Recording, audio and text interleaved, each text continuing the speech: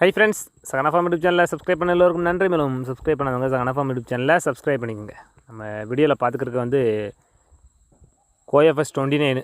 நம்ம கோஎஃப்எஸ் 29 பற்றி நிறையா வீடியோ போட்டிருக்கோம். நம்ம பண்ணையில் ஆடுகளுக்கு ரொம்ப விருப்பமான ஒரு தீவனம் என்னென்னு கேட்டிங்கன்னா அது கோஎஃப்எஸ் 29 தான். அதுபோக இளங்குட்டிகள் பால்குடி குட்டிகள்லாம் பார்த்திங்கன்னா நம்ம ஃபஸ்ட்டு தீனி கட்டி பழகும்போது இதுபோல் கோஎஃப்எஸ் 29 கட்டினோம்னா அதுங்க வேறு எந்த தீவனமே சரியாக தர மாட்டேங்குது. கோஎஃப்எஸ் 29 வந்து நல்லா சாப்பிடுது. ஆனால் அந்த கோஎஃப்எஸ் 29 வந்து பார்த்துக்கிட்டிங்கன்னா இப்போ இது வந்து ஒரு 30-35 நாள் ஆன ஒரு தீவனம். 35 நாள் தான் ஆகுது நம்ம அறுவடை பண்ணி.